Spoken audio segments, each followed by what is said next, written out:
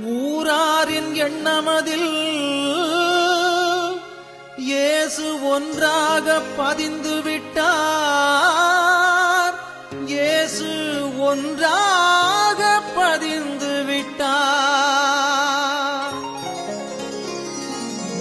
அன்பு குழந்தைகள் அருகில் இருப்பதே ஆண்டவன் தொண்டு என்றார். இயேசு ஆண்டவன் தொண்டு என்றார். கேளுங்கள் தரப்படும், தட்டுங்கள் திறக்கப்படும், தேடுங்கள் கிடைக்கும் என்றார். கர்த்தருக்கு ஸ்தோத்திரம். இன்றைய நாளுக்கான பரிசுத்த வேதாகம வசனம்.